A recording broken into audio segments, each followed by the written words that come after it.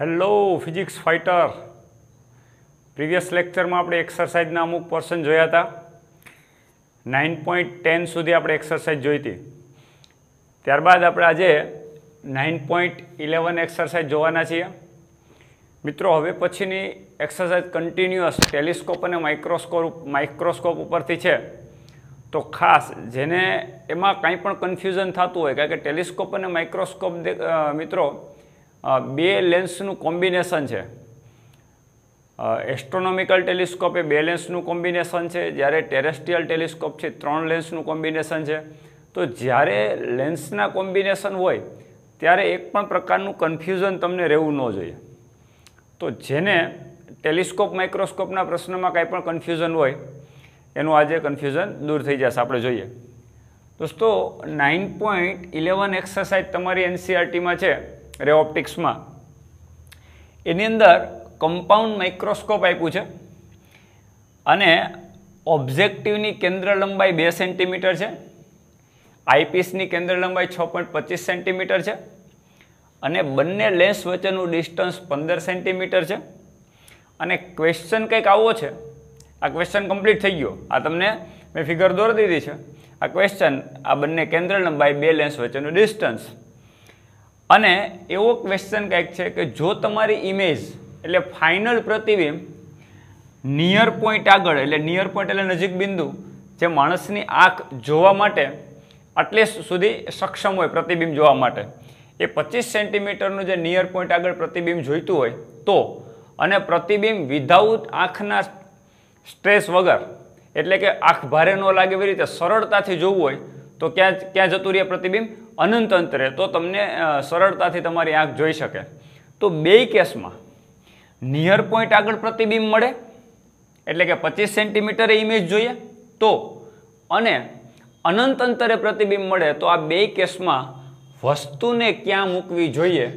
ઓબ્જેક્ટિવથી. આ તમારો objective lens છે, આ તમારા આઈપીસ છે. તમે અહીંથી અવલોકન કરો છો.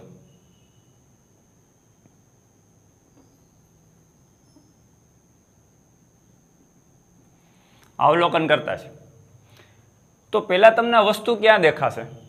તો કે આ વસ્તુનું પ્રતિબિંબ પહેલાં આનું ઉલટું મળશે. આપણે થિયરીમાં ભણી ગયા. અને આનું ઉલટું પ્રતિબિંબ એ આના માટે જ્યારે કેન્દ્ર લંબાઈ કરતાં નજીક અંતરે પ્રતિબિંબ આપણે રચાશે તો આનું ચતુ પ્રતિબિંબ અત્યંત મોટું થઈને આપણને નિયર પોઈન્ટ આગળ પણ મેળવી શકાય અને આપણે અનંત અંતરે પણ મેળવી શકાય. બે કેસની અંદર આપણે ચર્ચા કરવાની છે. અને આપણા માટે ટાર્ગેટ છે એ UO છે, ઓબ્જેક્ટિવથી વસ્તુનું અંતર. અને બંને કેસમાં મોટવણી પણ શોધવાની છે.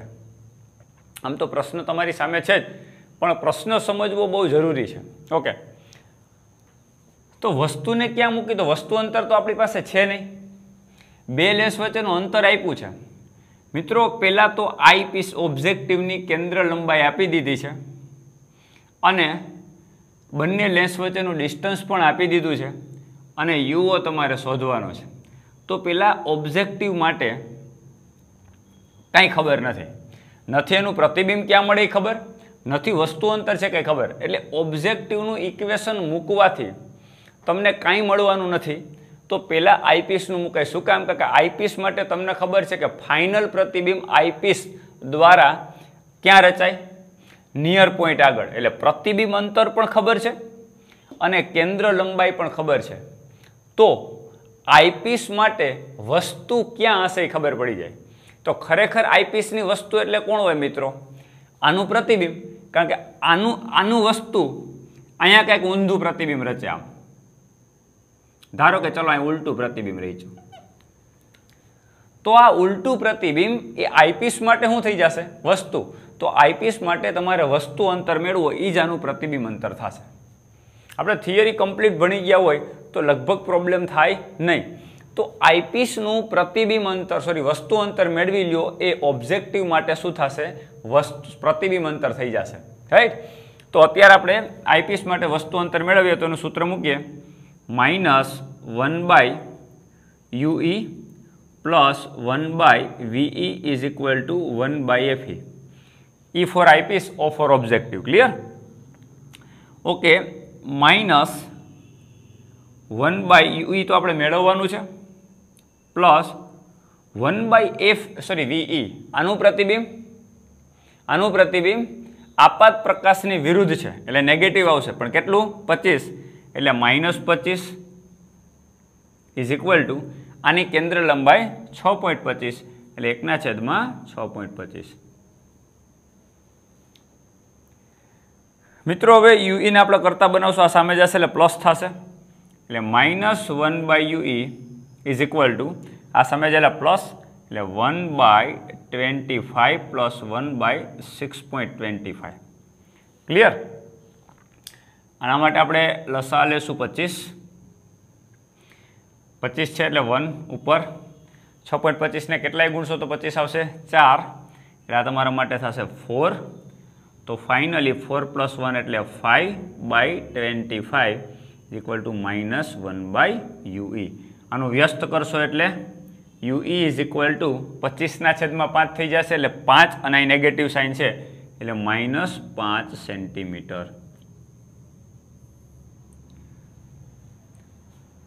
દોસ્તો આ શું કહેવા માગે કે આઈપીસની માટે વસ્તુ અંતર જે છે એ 5 સેન્ટીમીટર નેગેટિવ એટલે આપાત પ્રકાશની વિરુદ્ધ.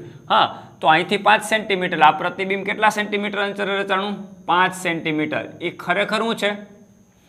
આઈપીસ માટે વસ્તુ અંતર છે, પણ ઓબ્જેક્ટિવ માટે પ્રતિબિંબ છે.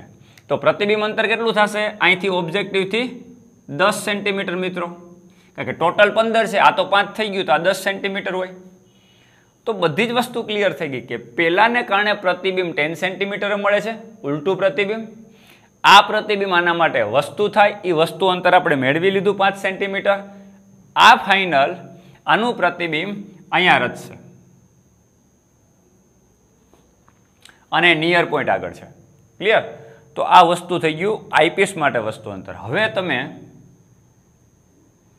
મિત્રો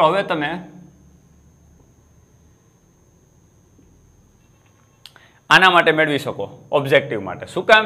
કારણ કે ઓબ્જેક્ટિવનું હવે તમને પ્રતિબિંબ અંતર મળી ગયું છે 10 સેન્ટીમીટર, વસ્તુ અંતર મેળવવાનું છે, કેન્દ્ર લંબાઈ ખબર છે. તો ઓબ્જેક્ટિવ માટે -1/UO plus 1/VO is equal two 1/FO. Right? તો -1/UO, UO આપણે શોધવાનું છે, રાઈટ? Plus 1/VO. મિત્રો VO એટલે આપાત પ્રકાશની દિશામાં જ છે. પ્રતિબિંબ અંતર ઓબ્જેક્ટિવ માટે 10 સેન્ટીમીટર પ્લસ થશે એટલે plus 1/10 is equal two 1/FO. FO કેટલો છે? 2 સેન્ટીમીટર. તો -1/UO ઇઝ ઇક્વલ ટુ આ સામે જશે એટલે નેગેટિવ 1/2 -1/10. મિત્રો ખાસ ધ્યાન રાખો, જે મેળવવાનું છે ને એની કોઈ દિવસ સાઇન નહીં મૂકવાની, તો તમને ખબર જ નહીં પડે કે પોઝિટિવ છે કે નેગેટિવ કઈ બાજુ આવશે. તો આપણે અહીંયા UO મેળવવાનું છે એટલે એની સાઇન મૂકવાની જરૂર નથી, તો આપણને ખબર પડી જશે વસ્તુ અંતર ક્યાં છે. ઓકે, આનો 10 લસા આવશે, 2 ને 5 ગુણશો તો 10 થશે એટલે 2 × 5 = 10 -1. તો ફાઇનલી 5 - 1 એટલે 6/10 -1/UO. આનું વ્યસ્ત કરશો એટલે UO 10/6 માઇનસ થશે એટલે આ તમારું ફાઇનલી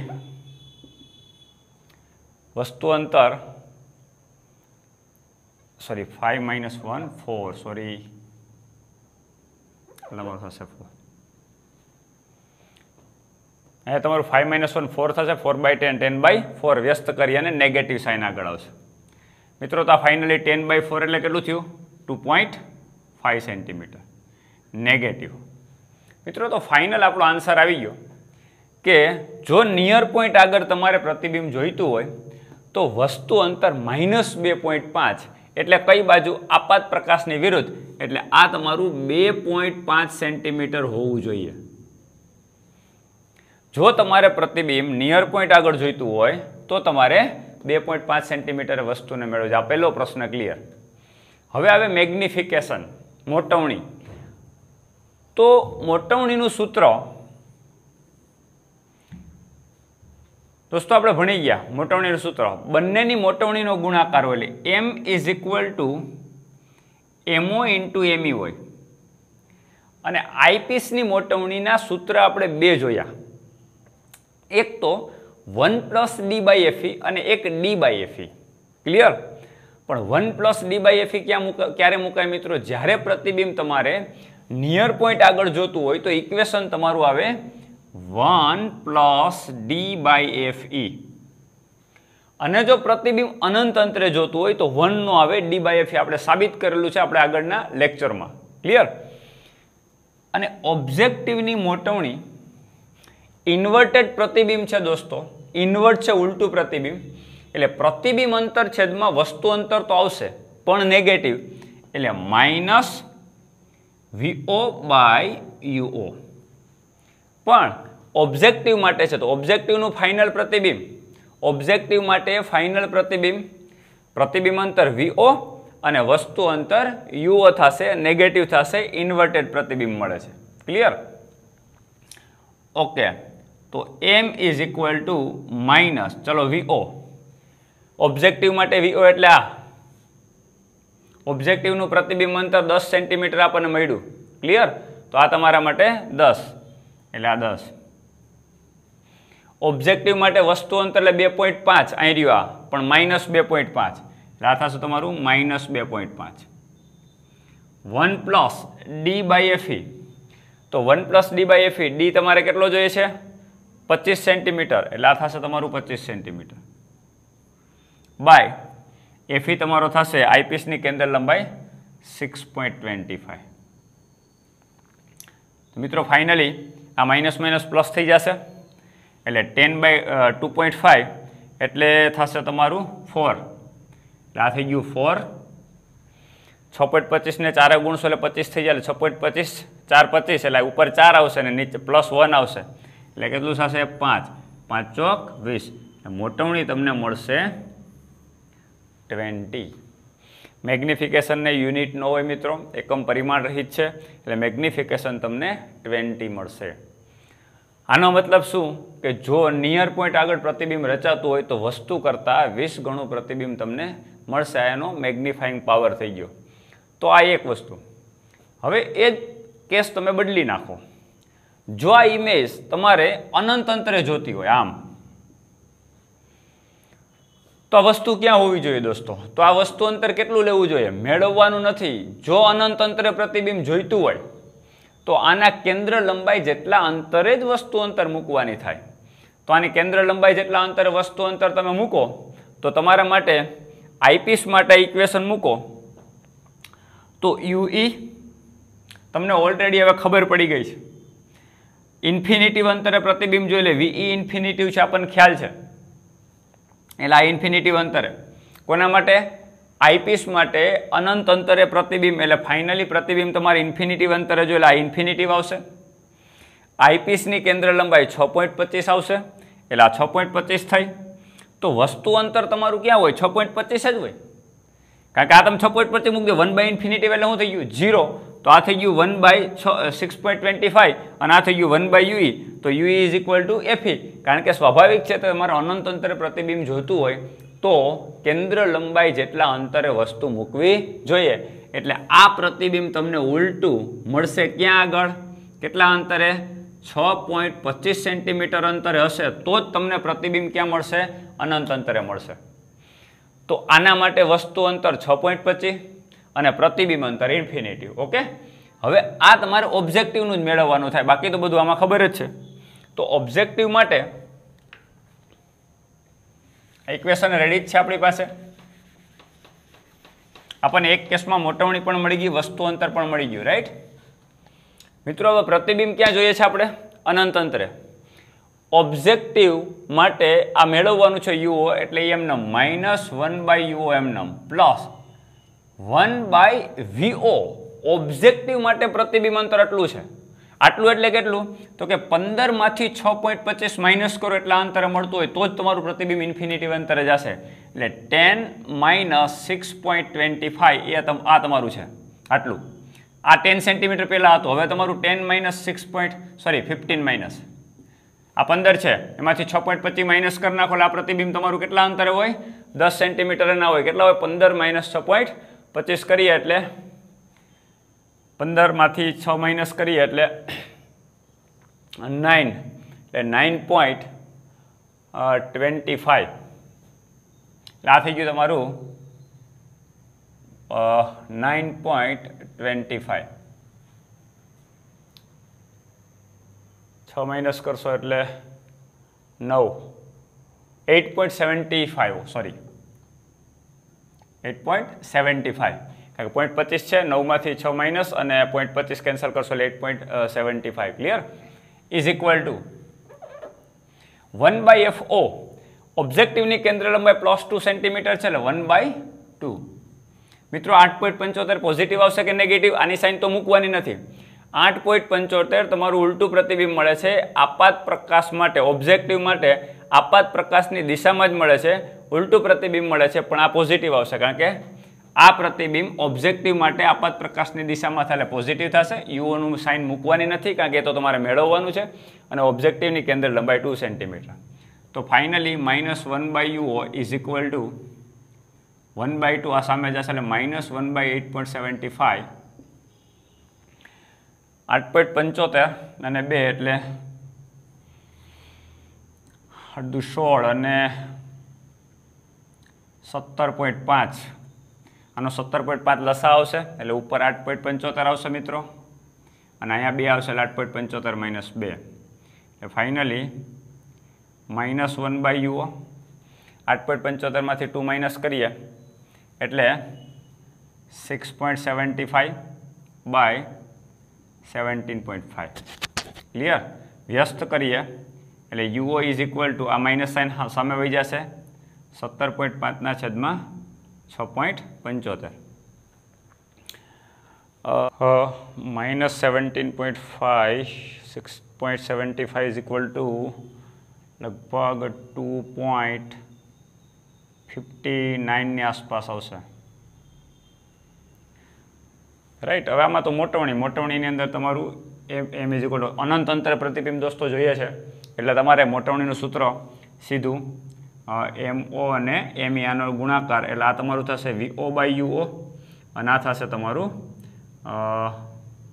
VE/UE હવે 1+D/FE ઇક્વેશન મૂકવાનું નથી ધ્યાન રાખજો હવે તમને બંને અંતરો મળી ગયા છે બંને લેન્સ માટે તો સીધું જ પ્રતિબિંબ અંતર છેદમાં વસ્તુ અંતર પ્રતિબિંબ અંતર છેદમાં વસ્તુ અંતર આ તમે બંનેની મોટવણીના ઇક્વેશન તમે મૂકી શકો તો ફાઇનલી ઓબ્જેક્ટિવ માટે પ્રતિબિંબ અંતર કેટલું થયું અનંત અંતરે મેળવવું હોય તો ઓબ્જેક્ટિવ માટે પ્રતિબિંબ અંતર કેટલા અંતરે મેળવ્યું હતું આ જૂનું છે ધ્યાન રાખજો ઓબ્જેક્ટિવ માટે પ્રતિબિંબ અંતર 10 સેન્ટીમીટર નહોતું અનંત અંતરે તમારે મેળવવું હોય તો પ્રતિબિંબ અંતર કેટલા અંતરે લેવાનું અહીંથી 6.25 એટલે 15માંથી 6.25 આપણે માઇનસ કર્યા હતા અને એ જે લીધું હતું એ પ્રતિબિંબ અંતર કેટલું 8.75 એટલે આ ઉપલું તમારું થશે 8.75 અને છેદમાં વસ્તુ અંતર ઓબ્જેક્ટિવ માટે વસ્તુ અંતર કેટલા અંતરે આપણને મળી છે ફાઇનલી 2.59 રાઈટ એટલે આ થઈ ગયું તમારું 2.59 આ જ રીતે આઈપીસ માટે પ્રતિબિંબ અંતર કેટલું આઈપીસ માટે પ્રતિબિંબ અંતર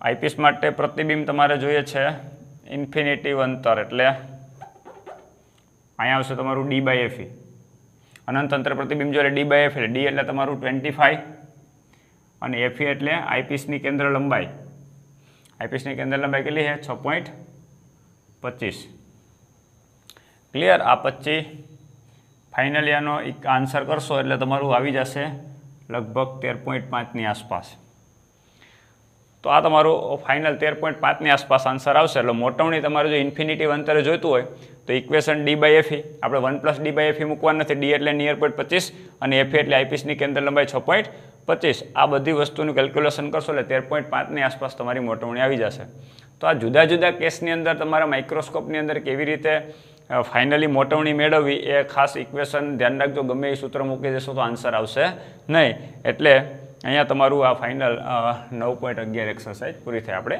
નેક્સ્ટ એક્સરસાઇઝ જોઈએ દોસ્તો હવે આપણે 9.12 એક્સરસાઇઝ જોઈએ એ કમ્પાઉન્ડ માઇક્રોસ્કોપ ઉપરથી જ છે એટલા માટે મેં તમારી સામે આખો ન્યુમેરિકલ મૂકી દીધો છે તો અહીંયા તમારે શું મેળવવાનું કીધું બે લેન્સ વચ્ચેનું અંતર ઓલામાં શું કીધું હતું કે પ્રતિબિંબ અંતર અનંત અંતરે અને નિયર પોઈન્ટ આગળ જોઈતું હોય બે કેસમાં તો વસ્તુને ક્યાં મૂકવી જોઈએ અને મોટવણી અહીંયા થોડો ક્વેશ્ચન ટ્વિસ્ટ કર્યો શું કર્યું કે હવે બે લેન્સ વચ્ચેનું અંતર મેળવો, આ મેળવવાનું કીધું. આ તમારો ક્વેશ્ચન છે.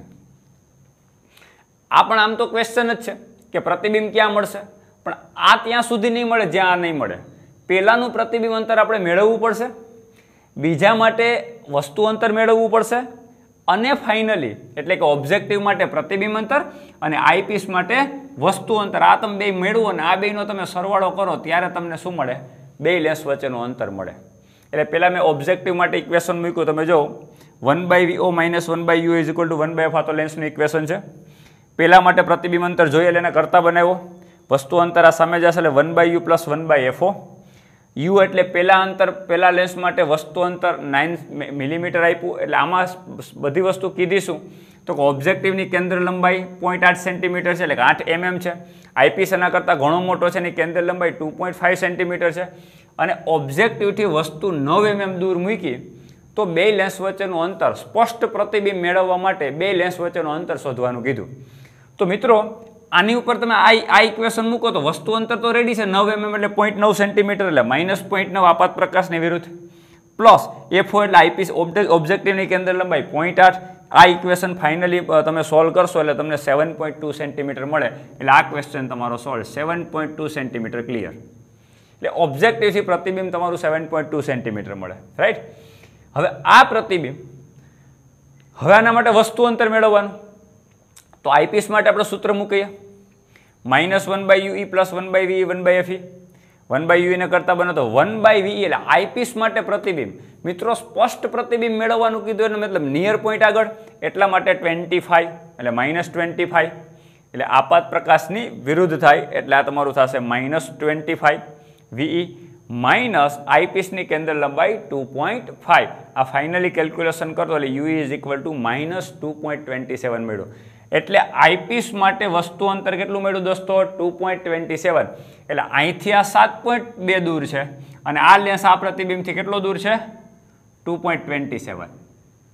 તો પ્રેક્ટિકલી આ બેનો તમે સરવાળો કરો તો બંનેનો સરવાળો કરવાથી બે લેન્સ વચ્ચેનું ટોટલ ડિસ્ટન્સ મળશે. એટલે બેનો સરવાળો આપણે કર્યો તો ટોટલ બે લેન્સ વચ્ચેનું અંતર 9.47 સેન્ટીમીટર મળ્યું. એટલે આ તમારો પહેલો ક્વેશ્ચન સોલ્વ. એમાં મેગ્નિફિકેશન પાવર મેળવવાનું કીધું તો મોટવણીનું સૂત્ર નિયર પોઈન્ટ આગળ જોઈતું હોય તો 1 + D/FE આવે. ફાઇનલી બધાની વેલ્યુ મૂકી એટલે 88 મળી ગયું આપણને. હવે તો આમાં કંઈ કહેવાની જરૂર નથી, આ તો આપણે આગળ ગણી ગયા છે. VO અને UO ની બેની કિંમત મૂકી દીધી. 1 + નિયર પોઈન્ટ 25 અને FE 2.5 મૂકો એટલે મેગ્નિફિકેશન તમને 88 મળે. તો આ થઈ ગઈ તમારી 9.12 એક્સરસાઇઝ. હવે આપણે નેક્સ્ટ એક્સરસાઇઝ જોઈએ.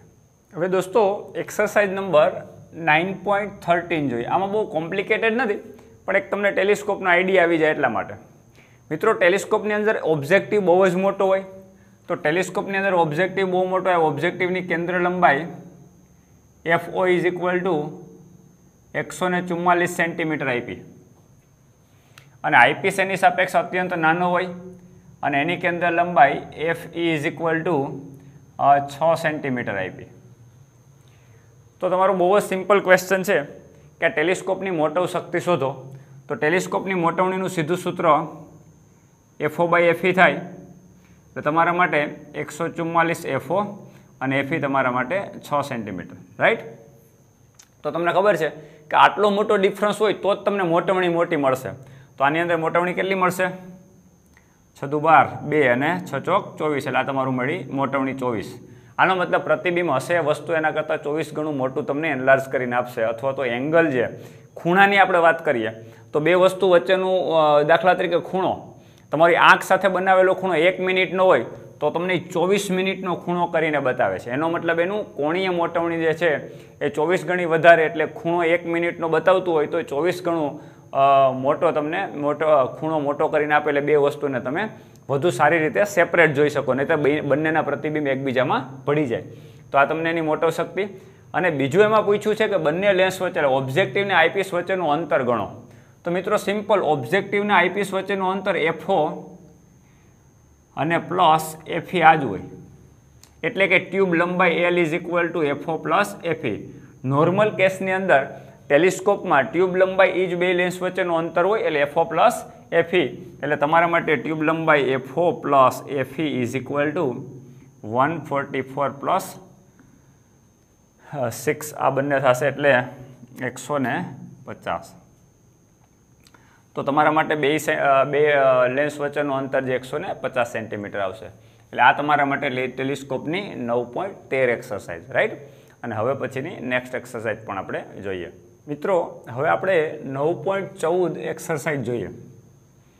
એની અંદર શું કીધું, બે ક્વેશ્ચન પૂછ્યા છે. એક વેધશાળામાં ટેલિસ્કોપ ઓબ્જેક્ટિવ લેન્સની કેન્દ્ર લંબાઈ, એટલે ટેલિસ્કોપ જે છે એ વક્રીભવનકારક છે એવું કીધું છે, અને એની કેન્દ્ર લંબાઈ 15 મીટર છે. તો સ્વાભાવિક છે ઓબ્જેક્ટિવ ખૂબ જ મોટો હોય, મીટરમાં એની કેન્દ્ર લંબાઈ આપી છે, અને એની સાપેક્ષે આઈપીસની કેન્દ્ર લંબાઈ 1 સેન્ટીમીટર છે, 1 મીટર નથી, 15માં ભાગનું પણ નથી.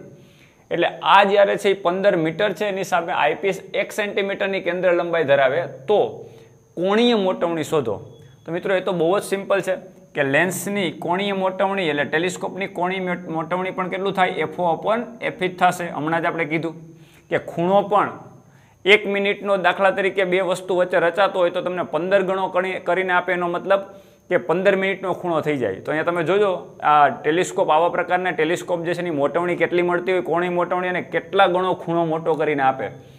મિત્રો FO એટલે ઓબ્જેક્ટિવની કેન્દ્ર લંબાઈ 15 મીટર છે, એટલે આ 15 મીટર, અને એની સાપેક્ષે આ 1 સેન્ટીમીટર જ છે. તો 1 સેન્ટીમીટર 1 × 10⁻² મીટર, 10⁻² ઉપર જશે એટલે ઉપર 15 × 10⁻² પ્લસ 10⁻² એટલે 100, એટલે ફાઇનલી તમને મળે 1500 મોટવણી. દોસ્તો આ ટેલિસ્કોપથી તમે બે ગ્રહ વચ્ચેનું સેન્ટર થી સેન્ટર આમ વિચારો, અને એ બંને ગ્રહ એટલા બધા નજીક હોય કે બેના પ્રતિબિંબ તમારી આંખ દ્વારા ભળી જતા હોય, અને ટેલિસ્કોપ દ્વારા તમે જો તો 1500 ગણો ખૂણો મોટો કરીને આપે. એટલે તમારી વાસ્તવિક આંખ સાથે બનાવેલો ખૂણો 1 મિનિટનો હોય તો 1500 મિનિટ કરી દે. એટલે એકદમ પ્રતિબિંબ કેવું થઈ જાય, સેપરેટ, અને તમે બંનેને જુદું જોઈ શકો છો. એટલે પ્રતિબિંબ એકબીજામાં ભળી ન જાય. એટલે એક પ્રશ્ન આ. બીજો જે પ્રશ્ન છે એ પણ બહુ સરસ છે કે એક ટેલિસ્કોપના ઓબ્જેક્ટિવ વડે મળતા ચંદ્રના પ્રતિબિંબનો વ્યાસ કેટલો હશે. ચંદ્રનો વ્યાસ આપી દીધો છે અને ચંદ્રની કક્ષાની ત્રિજ્યા પણ આપી દીધી. એટલે મિત્રો સિમ્પલ એમ કહે છે કે આ તમારા માટે ચંદ્ર હોય, ધારો કે આ એનું સેન્ટર છે, અને અહીંયા તમે લેન્સ મૂકો તો ચંદ્રના વ્યાસાંત બિંદુ છે એ લેન્સ આરે જે ખૂણો બનાવશે ઓપ્ટિકલ સેન્ટર આરે,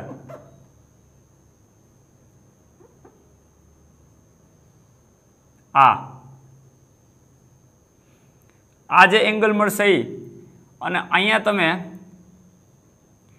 આ રીતે તમને ચંદ્રનો વ્યાસ મળશે, આ ચંદ્રનો વ્યાસ, સોરી પ્રતિબિંબનો. એટલે અહીંયા તમને એની ઇમેજ મળશે. તો ચંદ્રના વ્યાસાંત બિંદુ એટલે આ ઇમેજ એના પ્રતિબિંબના વ્યાસાંત પોઈન્ટ. તો આ તમે θ1 કયો અને આ θ તમે 2 કયો, તો θ1 = તમારા માટે θ2 હોય. આ બંને એંગલ ખૂણા સરખા જ હોય કે ઓપ્ટિકલ સેન્ટર ઉપરથી પ્રકાશનું કિરણ એવી રીતે વક્રીભૂત થાય કે વિચલિત ન થાય. એટલે આ પ્રકાશનું કિરણ તમે આ વ્યાસાંત પોઈન્ટમાંથી તમે વિચારો તો આ સીધું તમે ઓપ્ટિકલ સેન્ટરમાંથી પાસ કરી શકો આ રીતે, અને આ પણ આ તમે ઓપ્ટિકલ સેન્ટરમાંથી પાસ કરી શકો. એટલે આ પોઈન્ટ અહીંયા દેખાતો હોય ને આ પોઈન્ટ અહીંયા, એટલે આ તમને શું થયું, ચંદ્રના વ્યાસનું, સોરી આ ચંદ્રનો પ્રતિબિંબનો વ્યાસ થયો. આ શું છે, ચંદ્રના પ્રતિબિંબનો વ્યાસ. તો મિત્રો તમે જો θ1 = θ2. હવે આટલા મોટા ડિસ્ટન્સ ઉપર તમે જો આ બંને વચ્ચે ચંદ્રનો વ્યાસ પણ તમને આપ્યો અને ચંદ્રની કક્ષાની ત્રિજ્યા આપી 3.8 × 10⁸. ચંદ્રની કક્ષાની ત્રિજ્યા મીન્સ કે તમે જ્યાં પૃથ્વી ઉપરથી અવલોકન કરો ત્યાંથી કેટલો દૂર છે ચંદ્રની કક્ષાની ત્રિજ્યા છે. આ તમને રેડિયસ આપી દીધી કેટલી છે, કેટલી આપી, ચંદ્રની કક્ષાની ત્રિજ્યા rm કહીએ આપણે તો 3.8 × 10⁸ મીટર તમને આપી દીધી દોસ્તો. અને ચંદ્રનો વ્યાસ આ, એટલે આપણે એને ચંદ્રના વ્યાસને કક્ષાની ત્રિજ્યા આપણે rm કીધી અને ચંદ્રના વ્યાસને rd એવું કહી દઈએ. ચલો r ડાયામીટર, રાઈટ, એ પણ કેટલો છે 3.48 × 10⁶ મીટર. એટલે આ ચંદ્રનો વ્યાસ છે અને અહીંયા તમને ચંદ્રની રેડિયસ તમને આપી છે, એટલે કક્ષાની ત્રિજ્યા આપી. તો મિત્રો સિમ્પલ θ1 ઇઝ ઇક્વલ ટુ θ2, તો અહીંયા તમે લખી શકો θ1 ઇઝ ઇક્વલ ટુ, અહીંયા તમે વિચારો આ ખૂણો બરાબર ચાપ છેદ ત્રિજ્યા, તો ચાપ તરીકે તમે આ લખી શકો.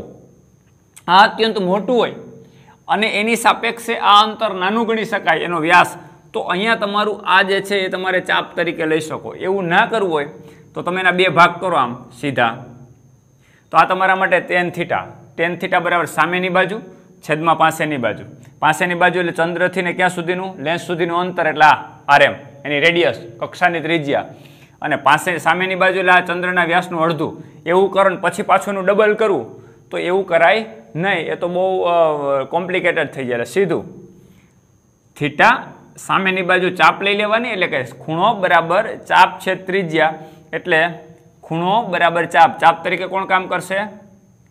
3 પોઈન્ટ ચંદ્રનો વ્યાસ એટલે rd, અને ત્રિજ્યા તરીકે કોણ કામ કરશે? rm, એટલે rd બાય rm. એક થઈ ગયું. હવે θ2 કેટલો થાય? હવે તમે જોજો આમાં ચાપ તરીકે કોણ લઈ શકાય? સામેનો ચંદ્રનો પ્રતિબિંબનો વ્યાસ. તો પ્રતિબિંબનો વ્યાસ આપણે આવું કહી દઈએ ઇમેજ માટે i કહી દઈએ ચલો, અને એનો વ્યાસ એટલે id. પ્રતિબિંબની ચંદ્રની ઇમેજ છે એટલે ઇમેજ માટે i, અને વ્યાસ એટલે d, એટલે એ તમારા માટે સામેની બાજુ થઈ ગઈ અથવા તો ચાપ થઈ ગઈ. અને ત્રિજ્યા તરીકે શું થાય? આ થાય. તો દોસ્તો આ સમજો કે લેન્સ તમે મૂક્યો હોય ને, દૂરથી પ્રકાશના કિરણો તો કેન્દ્રિત ક્યાં થતા હોય? આના કેન્દ્ર લંબાઈ ઉપર. તો આ તમારા માટે કોણ છે? લેન્સ. તો લેન્સની કેન્દ્ર લંબાઈ અહીં લખવી જોઈએ. તો લેન્સની કેન્દ્ર લંબાઈ f, ખાલી f લખી નાખીએ એટલે 2, અથવા તો આ તમારા માટે એક લેન્સ છે અને લેન્સની કેન્દ્ર લંબાઈ f છે. તો એટલા અંતરે તમારું ઇમેજ રચાતી હોય. તો ફાઇનલી આ બંને તો સરખા જ છે, તો આમ લખી શકાય rd by rm is equal to id by f. Clear? તો શું મેળવવાનું કીધું? ચંદ્રનો વ્યાસ આપ્યો છે, ચંદ્રની કક્ષાની ત્રિજ્યા આપી છે, તો શું મેળવવાનું કીધું?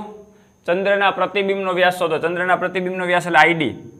તો id is equal to f અહીં ગુણાય તો f into rd by rm.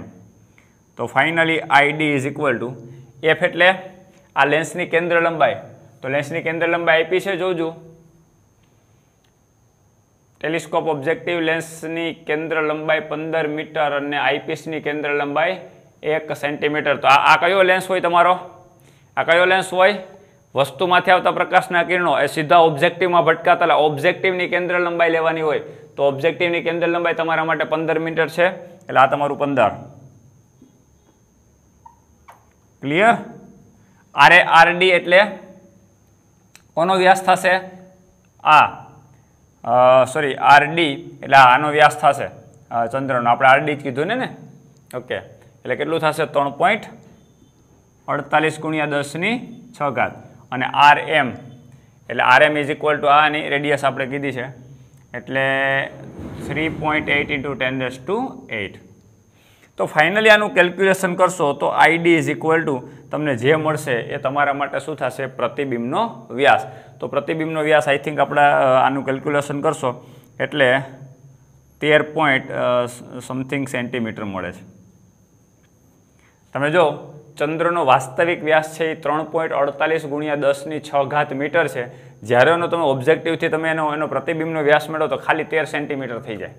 તો સ્વાભાવિક છે, આપણને ખબર છે કે ચંદ્રમાંથી આવતા પ્રકાશના કિરણો જ્યારે કેન્દ્રિત થાય ત્યારે એક નાનું ટપકું જ દેખાય.